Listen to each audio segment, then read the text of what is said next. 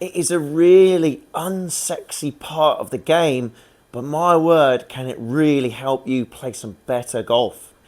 Before we start, please don't forget to hit that subscribe button, hit that bell to get instant notification when I upload a video.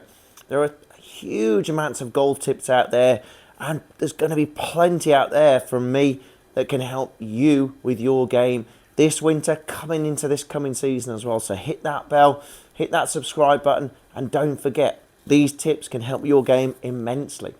Let's get on to today's then. So we're going to be talking a lot about what, again, as I say, really unsexy part of the golf swing, but my word, it's so important. What is it? It's the setup. Now the setup is very underrated by a lot of people out there. People just come into their golf ball and just sort of get comfortable. Okay, yes, it is about getting comfortable. Setup is trying to get comfortable, but it's getting comfortable with the right setup. Because if you don't have the right setup, you've got literally no chance of making a great golf swing. For example, I'll give you an example. If we hold the club like this, okay, we know that right hand's really what we call strong. It's underneath the golf club. Okay, why is that important? Why is that crucial? Because the problem is, if we do that, we can't hinge our wrists.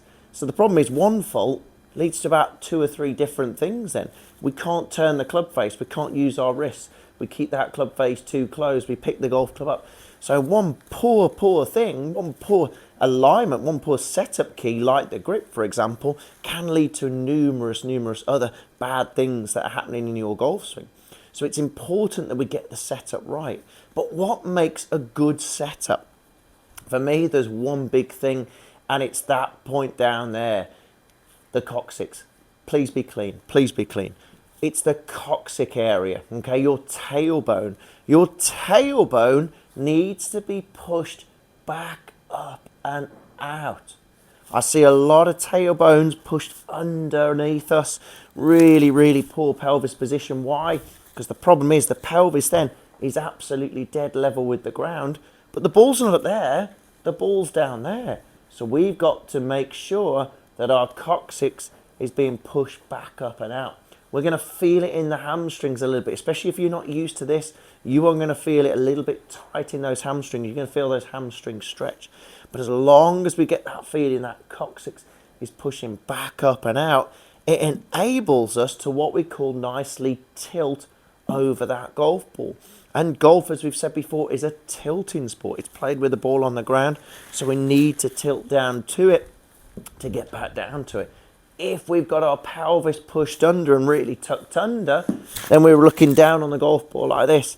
Aesthetically, yes, it doesn't look very good no matter whether you're a beginner or an elite player. This doesn't look like a good setup, and it's not. Because the problem is we're going to struggle to get that club to the ground from there. Okay, we've got to make all manner of sorts of compensation to get that club back down to the golf ball.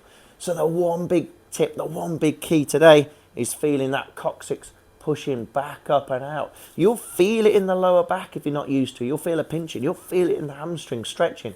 But my word, if we get that coccyx back up and out, we've got so much more chance of getting that club back down to where we want it to be.